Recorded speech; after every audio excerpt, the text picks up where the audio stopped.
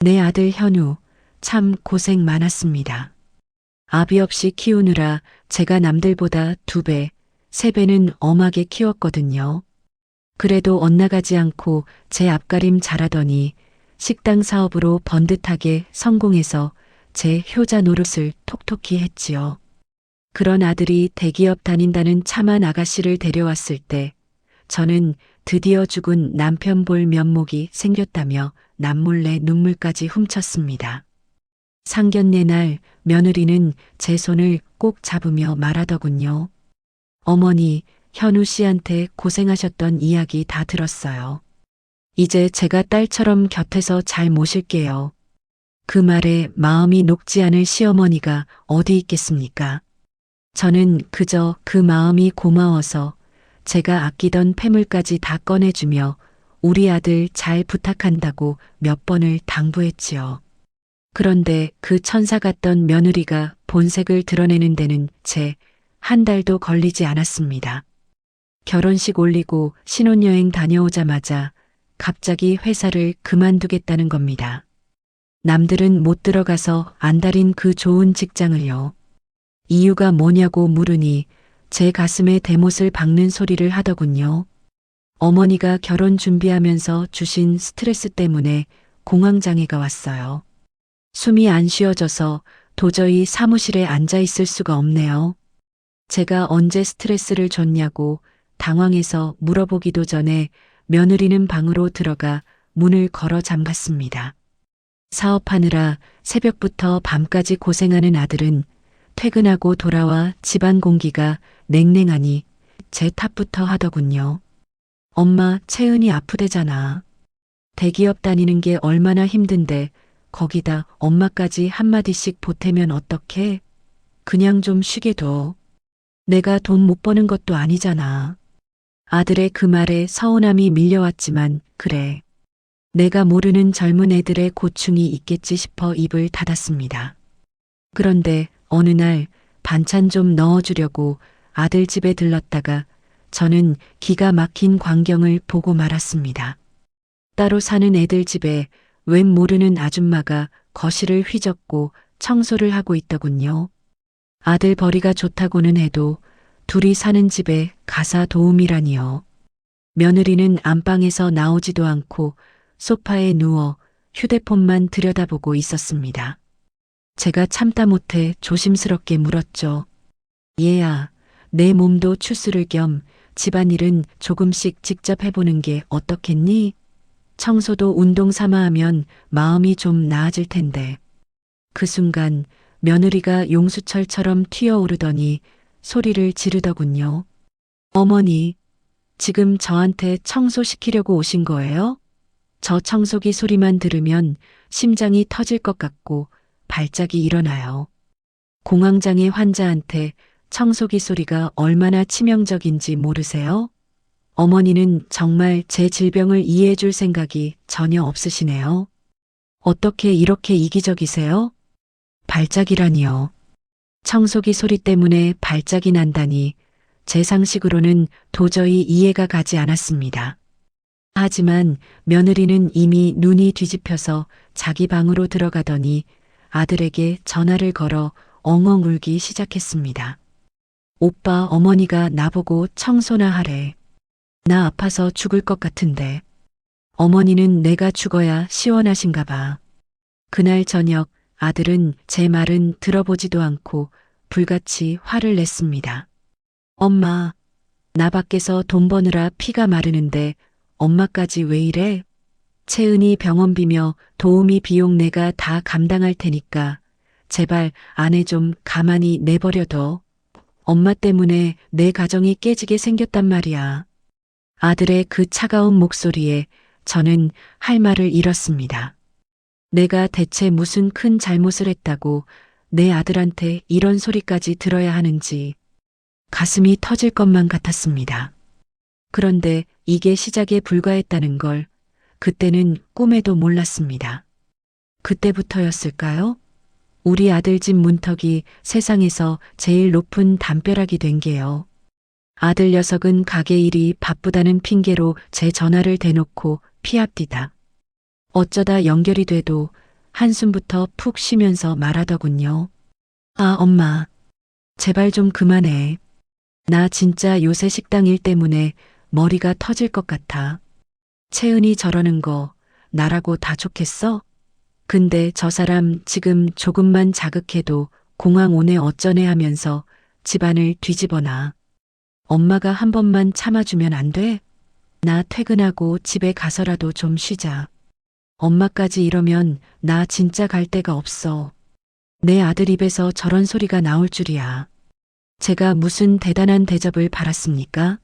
그저 자식 내외 굶을까봐 밑반찬 몇 가지 해다 준 게 전부인데 그게 공황장애 발작을 일으키는 정서적 학대라니요. 아들은 제가 보낸 며느리의 명품 쇼핑 사진들을 보더니 미간을 짚으며 말합디다. 가방? 아, 그거 내가 사라고 했어. 저 사람 저렇게라도 쇼핑하고 기분 풀어야 나한테 불똥이 안 튀어. 엄마, 요즘 애들은 우리 때랑 달라. 마음의 병이라는 게 돈으로라도 메워지면 다행인 거야. 내가 돈 벌어서 내 마누라 기분 맞춰주겠다는데 엄마가 왜 그렇게 예민하게 굴어? 나 중간에서 진짜 피 말라 죽는 꼴 보고 싶어? 며느리는 한술 더 뜨더군요. 이제는 아예 저를 투명인간 취급합디다. 문자를 보내도 읽고 씹는 건 예사고 명절이나 제 생일 때도 어머니 저 사람 많은데 가면 공황 오잖아요. 현우 씨만 보낼게요라며 문자 한 통으로 띡 끝내버려요. 가슴이 너덜너덜해지는데 진짜 소름 끼치는 일은 그 다음에 터졌습니다. 아들 좋아하는 전복장을 담가서 문고리에 걸어두고 온 날이었어요. 돌아오는 길에 며느리한테서 문자가 오는데 확인해 보니 대형 인터넷 커뮤니티에 제 사진이 박제되어 있더군요. 글 제목부터가 자극적이었습니다. 공황장애 며느리 피 말리는 시어머니의 반찬 스토킹. 제발 살려주세요. 그 밑에는 제가 상상도 못한 거짓말들이 주르륵 달렸습니다.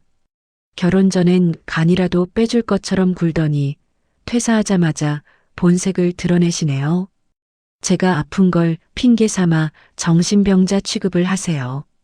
비밀번호를 바꿨는데도 매일같이 찾아와서 문을 두드리고 먹지도 못하는 비린 음식을 던져놓고는 내가 널 위해 고생했다며 생색을 내십니다. 문 밖에서 저를 감시하는 저 노인네 그림자.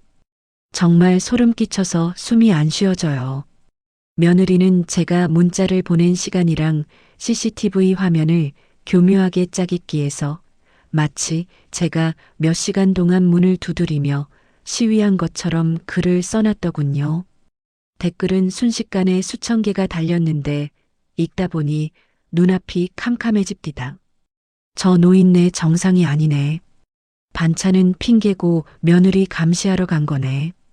글쓴이님 절대 문 열어주지 마세요. 스토킹으로 경찰에 신고하세요. 며느리는 그 비수 같은 댓글들을 일일이 캡처해서 저한테 문자로 보냈더군요. 어머니, 이것 좀 보세요. 온 세상 사람들이 다 어머니가 틀렸대요. 제가 왜 사과를 해야 하죠? 전 틀린 말을 한 적이 없는데요. 어머니는 지금 치료가 필요한 상태예요. 제 연락처에 있는 사람들도 이 글 보고 저한테 위로 문자 보내느라 난리예요. 창피한 줄 아시고 제발 정신 좀 차리세요. 평생을 교육자로 남들한테 손가락질 한 번 안 받고 반듯하게 살아온 제 인생이 이름도 모르는 수천 명의 사람들에게 미친 시어머니로 낙인 찍혀 조롱거리가 된 겁니다. 본인이 저지르는 이 잔인한 조리돌림이 정의라고 믿는 그 당당한 목소리. 저는 그게 귀신보다 더 무서웠습니다. 아들은 그 글을 보고도 며느리를 나무라기는커녕 오히려 저를 원망하는 말투로 전화를 걸어왔습니다. 엄마, 내가 그니까 왜 자꾸 집 앞에 찾아가서 일을 만들어. 채은이가 저렇게까지 글 올린 거 나도 속상해. 근데 저 사람 지금 제정신 아니잖아. 엄마가 한 번만 이해해주고 당분간 연락 끊고 지내면 안 돼? 나 진짜 누구 하나 죽어나가는 꼴 봐야 끝낼 거야. 제발 엄마가 참아줘. 나 좀 살자, 엄마. 내 아들이 저 여자의 현울림에 속아 제 엄마를 가해자로 몰아세우는 걸 보며 저는 피눈물을 흘렸습니다. 하지만 진실은 결국 드러나는 법이지요. 그 경고하던 며느리의 피해자 연극에 균열이 가기 시작한 건 정말 뜻밖의 소식 때문이었습니다. 며느리가 올린 그 흉측한 글 때문에 저는 한동안 죄인처럼 집구석에만 처박혀 있었습니다. 동네 사람들이 혹시라도 나를 알아보고 저 할머니가 그 스토커 시어머니야? 할까봐 무서워서 슈퍼 하나를 못 갔어요. 내가 평생 자식 하나 보고 어떻게 살았는데 다 늙어서 이런 망신을 당하나 싶어 밤마다 가슴을 쥐어뜯으며 울었습니다. 그러다 고등학교 동창 순자가 제 걱정이 됐는지 억지로 저를 끌어내더군요. 오랜만에 만난 친구들 앞에서도 저는 며느리 흉 한마디 못하고 그저 밥만 깨작거렸습니다. 그런데 제 표정이 너무 안 좋아 보였는지 순자가 제 손을 잡으며 묻더군요. 아유, 영수가. 너 얼굴이 이게 뭐니? 아주 반쪽이 됐네. 너 어디 아픈 거 아니지? 무슨 일 있으면 말을 해봐. 그 말 한마디에 그동안 꾹꾹 눌러 담았던 서러움이 툭 터지듯 쏟아졌습니다. 저는 순자 손을 붙잡고 그동안 며느리한테 당했던 일들을 정신없이 쏟아냈습니다. 공황장애라며 회사를 관둔 것부터 저를 인터넷에서 스토커 취급하며 조리돌림한 것까지 숨도 안 쉬고 쏟아냈지요. 순자야, 나 진짜 억울해서 못 살겠다. 내가 내 아들 집에 반찬 좀 해다 준 게 무슨 죽을 죄라고. 온 세상 사람들이 나보고 미친 노인네라고 욕을 한다니 이게 말이 되니? 나 정말 창피해서 죽고 싶다, 순자야. 제 이야기를 듣던 순자가 눈을 동그랗게 뜨더니 세상에, 어머머, 소리를 연발하더군요. 그러더니 제 눈치를 살피며 목소리를 낮춰 말했습니다. 영수가 세상에. 너희 며느리 이름이 김채은 맞지? 사실은 나도 이거 얼마 전에 알고 너한테 알려주려고 오늘 만나자고 한 거야. 우리 동식이가 작년에 너희 며느리 다녔던 그 대기업 같은 부서였잖아. 걔가 예전에 했던 말이 생각나서 그러는데 너희 며느리 공황장애 때문에 그만둔 거 아니야. 심장이 터질 듯이 뛰기 시작했습니다. 순자 말로는 채은이가 회사 안에서도 유명한 커뮤니티 중독자였다고 합디다.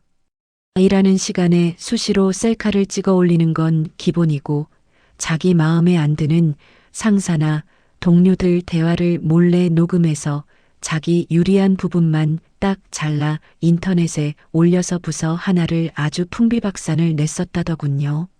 아유, 걔가 멀쩡한 사람 하나 아주 이상한 사람 만들고 매장시키는 데는 아주 도 같은 애라더라. 그렇게 사람들 뒤통수 치고 괴롭히다가 동료들이 다 등을 돌리니까 본인은 따돌림 당하는 피해자라고 우기면서 도망치듯 사표 던진 거래. 영수가 잠시만 기다려봐. 동식이가 그때 하도 기가 차서 캡처해 둔 거 나한테도 보내줬었어. 이거 봐라. 너한테 벌인 짓이랑 수법이 아주 똑같지 않니? 순자가 보여준 사진들에는 며느리가 회사 사람들을 어떻게 모함했는지 고스란히 적혀 있었습니다. 세상에, 너한테도 똑같은 일을 벌였을 줄이야. 순자의 한탄을 뒤로하고 저는 그 길로 아들을 집으로 불렀습니다. 잠시 후 달려온 아들은 차마 제 눈을 맞추지도 못하고 거실 테이블 앞에 털썩 앉았습니다. 평소엔 살갑게 말 한마디 안 하던 놈이 그날은 유독 고개를 못 들더군요. 아들은 품 안에서 구겨진 봉투 하나를 꺼내 슬그머니 제 쪽으로 밀어놓았습니다. 현관함에 꽂혀있던 우편물을 확인한 모양이었습니다. 엄마. 아들의 목소리가 미세하게 떨리고 있었습니다. 이거 채은이 동생 시설 고지서야. 이상해서 내가 좀 알아봤는데 그 집안 내력이 좀 무겁더라. 헌팅턴 무도병이라는 유전병이래. 아들은 마른 세수를 하며 어렵게 말을 이어갔습니다. 이게 뇌세포가 죽어가면서 성격이 이상해지고 이기적으로 변하다가 나중엔 몸도 못 가누고 죽는 무서운 병이래. 치료법도 없는데 부모 중 한 명만 병이 있어도 자식한테 무조건 50% 확률로 유전이 된다더라고. 채은이, 이거 알고 나랑 결혼한 거야. 저는 아들이 가져온 고지서를 내려다보며 제가 친구에게 받은 사진들을 식탁 위에 확 뿌려버렸습니다. 현우야, 내 눈으로 똑똑히 봐라. 걔가 너한테는 나 때문에 공황장애가 왔네 어쩌네 하며 눈물바람했지? 그거 다 새빨간 거짓말이야. 여기 봐. 회사 사람들 모함해서 인터넷에 올리던 그 짓거리. 내 엄마한테도 똑같이 한 거야. 내 엄마가 스토커라고 손가락질 받을 때 걔는 내 돈으로 동생 병원비 대면서 뒤에서 웃고 있었다고. 아들 녀석 창백해진 얼굴로 그 사진들을 넘겨보는데 저는 그동안 참았던 서름이 터져서 가슴을 쾅쾅 치며 꺼이꺼이 울었습니다. 현우야, 너 내가 진짜 내 마누라 스토킹이라도 한 줄 알았니? 걔가 내가 오는 것도 싫다. 반찬도 냄새나서 싫다길래. 내가 오죽하면 벨도 안 누르고 도둑놈처럼 문고리에 반찬만 걸어두고 왔겠니? 나도 내 자식 귀한 줄 알아서 혹시라도 며느리 심기 건드릴까봐 숨소리도 죽이고 살았단 말이다. 그런데 걔가 그걸 찍어서 나를 스토커라고 올려? 너는 내 말은 듣지도 않고 엄마가 참으라고만 했지? 너 어떻게 그럴 수가 있니? 아들은 아무 말도 못하고 고개를 푹 숙인 채 부들부들 떨고만 있더군요. 미안하다는 말 한마디 없었지만 그놈 손을 보니 그 마음이 고스란히 전달되더군요. 자기 엄마를 미친 사람으로 만들어 놓고 정작 본인은 끔찍한 유전병을 숨기고 사기 결혼을 한 아내의 근본을 알게 된 아들은 한참 뒤에야 차 키를 챙겨 일어났습니다. 엄마, 조금만 기다려. 내가 오늘 다 정리하고 올게. 이 일은 채은이한테는 말하지 말고 기다려야 해. 꼭. 아들은 당부하고는 밖으로 나갔습니다. 저는 그게 제일 걱정이었어요. 혹시 또 마음 약해져서 며느리 말에 넘어가는 건 아닌가. 그 생각에 밤마다 잠을 설쳤습니다. 그런데 사흘째 되던 날 밤 현우한테서 전화가 왔어요. 목소리가 완전히 달라져 있었습니다. 떨리는 것도 아니고 화난 것도 아니고 그냥 차갑게 가라앉아 있더라고요. 제 아들 목소리가 그렇게 낮고 무서울 수가 있나 싶었어요. 엄마, 변호사 만나고 왔어. 다 확인했어. 오늘 저녁에 집 가서 정리할 건데. 같이 가줄 수 있지? 저는 가슴이 철렁했지만 그래, 엄마가 같이 갈게 했습니다. 드디어 우리 아들이 정신을 차렸구나 싶으면서도 한편으론 이게 꿈은 아닌가 싶더라고요. 집에 도착했을 때 며느리는 거실 소파에 비스듬히 누워서 얼굴에 팩 붙이고 휴대폰만 들여다보고 있었어요. 우리가 들어갔는데도 고개 하나 안 돌리고 한숨만 푹푹 쉬더니 짜증스럽게 말을 꺼내는 겁니다. 에휴, 어머니, 제가 커뮤니티에 글까지 올렸잖아요. 당분간 오지 마시라고. 오빠는 왜 자꾸 데려와? 나 지금 진짜 숨쉬기 힘들고 가슴 두근거리는데. 어머니 보면 발작 올 것 같으니까 좀 나가 계세요. 여러분, 그 모습 보면서 저는 진짜 혈압이 확 올라오는 걸 느꼈어요. 자기가 무슨 짓을 했는지도 모르고 아직도 피해자인 척을 하고 있더라고요. 그런데 현우는 대꾸도 안 하고 가방에서 두툼한 서류 봉투를 꺼내서 식탁 위에 탁 놓았습니다. 며느리가 그제야 팩을 슬쩍 들어 올리면서 쳐다보는데 현우가 낮은 목소리로 말을 시작했어요. 채은아, 공황장애 이야기 이제 그만하자. 회사에서 잘린 진짜 이유 다 알아. 순간 며느리 손이 미세하게 떨리는 게 보였어요. 그래도 입으로는 바로 발뺌하더군요.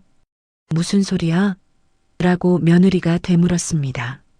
동료 대화 몰래 녹음해서 편집한 거, 인터넷에 올려서 사람 하나 왕따 만든 거 다 증거 있어. 변호사 통해서 확인했어. 며느리 얼굴이 딱 굳어지더니 팩을 확 뜯어내면서 소리를 지르기 시작했습니다. 이게 뭐야? 이거 어디서 조작해 온 거야? 오빠 어머니 말만 듣고 이러는 거야? 그 순간 제가 참다 못해 한마디 했어요. 아, 너 같은 부서 있던 애 얘기 다 들었어. 내가 사람 하나 완전히 매장시켰다며? 그래 놓고 공황장애로 아픈 척? 너 정말 독하구나. 그러자 며느리가 갑자기 울음을 터뜨리는 겁니다. 하지만 제 눈엔 그게 진짜 눈물로 안 보이더라고요. 눈만 벌겋게 충혈시켜 놓고 소리만 지르는 거예요. 나 아파서 회사 그만둔 거라니까. 왜 이렇게 사람을 몰아세워? 그때 현우가 조용히 한마디 더 했습니다. 그리고 내 남동생, 유전병이라며. 왜 숨겼어? 내 카드에서 매달 250만 원씩 빠져나가는 요양원 비용. 그게 다 내 동생 병원비였지. 결혼 전에 왜 한마디도 안 했어? 순간 며느리 눈빛이 완전히 변하더라고요. 그동안 울고불고 하던 모습이 싹 사라지고 입꼬리가 비틀어지면서 올라가는 겁니다. 그 표정이 너무 소름 끼쳐서 지금도 생각하면 등골이 오싹해요. 며느리가 현우를 똑바로 쳐다보면서 이렇게 말하더군요. 그래, 맞아. 나도 나중엔 우리 동생처럼 될 수도 있어. 유전이니까. 그게 내 잘못이야? 제가 듣기에도 기가 막혔는데 며느리는 거기서 멈추지 않았어요. 오빠가 나 사랑한다고 했잖아. 사랑하면 당연히 내 짐도, 내 가족도 다 책임져야 되는 거 아니야? 나 무서웠어. 혼자 감당할 수 없을 것 같아서 말 못한 거라고. 여러분, 이게 말이 됩니까? 결혼 전에 그런 중요한 걸 숨기고 남편 카드로 몰래 돈 뺏쓰고 그러고도 사랑이면 다 책임져야 한다고요? 더 가관인 건 그 다음이었습니다. 며느리가 갑자기 저한테 손가락질을 하면서 소리를 지르는 겁니다. 어머니가 나한테 좀 잘해줬으면 이런 일 없었어요. 처음부터 날 의심하고 감시하고. 그러니까 내가 더 불안해지고 병이 도진 거라고. 다 어머니 때문이에요. 어머니가 나를 딸처럼 따뜻하게 안아줬으면 내가 이런 거 했겠어요? 끝까지 남 탓이더라고요. 자기는 잘못한 게 하나도 없고 다 남편 탓, 시어머니 탓. 진짜 어이가 없어서 말도 안 나왔습니다. 그때 현우가 자기 휴대폰을 며느리 앞에 들이밀었어요. 지금 내가 한 말 전부 녹음됐어. 변호사가 시키는 대로 했으니까. 며느리 얼굴이 하얗게 질리더니 당황한 표정을 짓더라고요. 하지만 현우는 거기서 멈추지 않았습니다. 그리고 너 인터넷에 우리 엄마 스토커라고 올린 거 명예훼손으로 고소 접수했어. 경찰서에서 연락 올 거야. 지금 당장 나가. 짐은 내일 퀵으로 보낼게. 며느리는 현관까지 쫓겨나가면서도 악을 쓰더군요. 후회할 거야. 나 같은 여자 어디 가서 또 만나나 봐라. 당신네 집안이 얼마나 수준 낮은데 내가 참고 맞춰준 거라고. 천벌 받을 거야. 현우는 며느리가 두고 간 명품 가방이며 화장품이며 전부 문 밖으로 던져버렸습니다. 그리고 그 자리에서 현관 비밀번호를 바꿔버렸어요. 며느리가 밖에서 문을 발로 차고 난리를 쳤지만 현우는 제 손만 꽉 잡고 눈물을 뚝뚝 흘렸습니다. 엄마, 미안해. 내가 너무 몰랐어. 엄마 말을 진작 들을걸. 그날 밤 현우는 잠도 안 자고 무언가를 쓰고 있더라고요.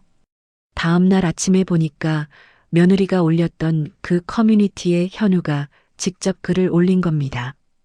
제목이 제 아내가 올린 글에 대해 해명합니다였어요. 현우는 그 글에서 며느리가 올렸던 모든 내용이 거짓이라는 걸 하나하나 반박했습니다. 며느리가 올렸던 CCTV 사진? 그게 사실은 며느리가 일부러 저를 불러놓고 찍은 연출 사진이었다는 것. 제가 문 앞에서 30분씩 서 있었다는 거. 사실은 현우가 퇴근하기 전에 반찬 놓고 간 거였다는 것. 며느리 말대로라면 제가 하루에 5번씩 전화했다는데 통화 내역 캡처 올려서 한 달에 12번밖에 안 했다는 것.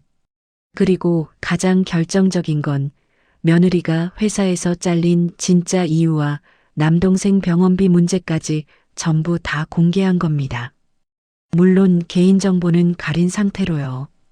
현우는 글 마지막에 이렇게 썼더라고요. 저희 어머니는 그저 아들이 걱정돼서 반찬 가져다 주시고 가끔 안부 전화 주신 평범한 어머니입니다. 제 아내가 공황장애로 힘들어한다고 해서 저도 어머니께 자제를 부탁드렸지만 이제 보니 그게 전부 거짓말이었습니다. 제 아내는 환자가 아니라 거짓말쟁이였습니다. 저희 어머니께 진심으로 사과드립니다. 그 글이 올라가자마자 난리가 났어요. 며느리가 올렸던 원래 글에는 댓글이 수백 개 달려서 며느리 편을 들어줬거든요. 시어머니 정말 무섭네요. 스토커 수준이네요. 이런 식으로. 그런데 현우 글이 올라가고 나서는 완전히 분위기가 뒤집혔습니다. 댓글이 수천 개가 달렸고 며느리가 올렸던 원글은 결국 삭제됐습니다. 하지만 이미 캡처본이 여기저기 퍼진 상태였어요. 며느리는 그 뒤로도 다른 계정 만들어서 반박글 올리고 그랬는데 사람들이 다 알아보고 또 거짓말하네 하면서 믿어주지 않았습니다. 그로부터 석 달 뒤 이혼 조정이 끝났습니다. 재판까지 가지 않고 조정으로 마무리됐는데 다행히 현우한테 유리하게 정리됐어요. 며느리가 인터넷에 올렸던 글들이 본인이 직접 조작한 게 수사 과정에서 다 드러났고 명예훼손건도 인정이 됐습니다. 며느리 쪽에서 합의금을 제시했지만 현우는 거절했어요. 돈이 문제가 아니라 잘못을 인정받는 게 중요하다면서요. 며느리는 지금 친정으로 돌아갔다고 들었습니다. 인터넷에서 워낙 유명해져서 재취업도 힘들 거라는 소문이 돌더라고요. 현우는 요즘 다시 가게 일에 집중하면서 조금씩 웃음을 되찾고 있습니다. 한 달에 두세 번씩 저랑 같이 밥 먹으러 가고 예전처럼 엄마 이거 먹어봐 하면서 음식 떠먹여주기도 하고요. 저는 지금도 일주일에 두세 번 아들 집에 반찬 갖다 놓고 옵니다. 이제는 누가 뭐라 할 사람도 없고 스토커 소리 들을 걱정도 없으니까 마음 편하게 갖다 놓고 와요. 문고리에 반찬 걸어놓고 돌아서는데 현우가 문 열고 엄마 하면서 불러 세울 때면 가슴이 뭉클해집니다. 잠깐만 들어와서 차 한잔하고 가 하면서 제 손을 잡아 끌 때면 아, 이게 바로 엄마가 바라던 일장이구나 싶어요. 돌이켜보면 제가 그때 포기하지 않고 끝까지 진실을 밝혀내려고 했던 게 정말 다행이었습니다.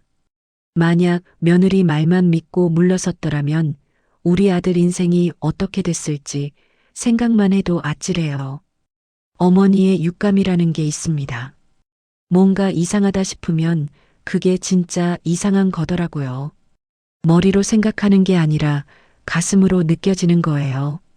자식을 지키기 위해서라면 악역도 마다하지 않는 게 부모 마음입니다. 며느리한테 미움받고 아들한테 서운한 소리 들어도 그래도 진실은 밝혀져야 한다고 믿었습니다. 여러분도 혹시 며느리나 사위가 이상하다 싶으면 그냥 넘어가지 마세요. 물론 의심만 하고 확인도 안 하면 안 되겠지만 확실한 증거가 있다면 끝까지 파헤쳐야 합니다. 그게 내 자식을 지키는 유일한 방법입니다. 지금 이 글을 보시는 분들 중에도 비슷한 고민을 하고 계신 분들이 있을 거예요. 포기하지 마세요. 진실은 반드시 밝혀집니다.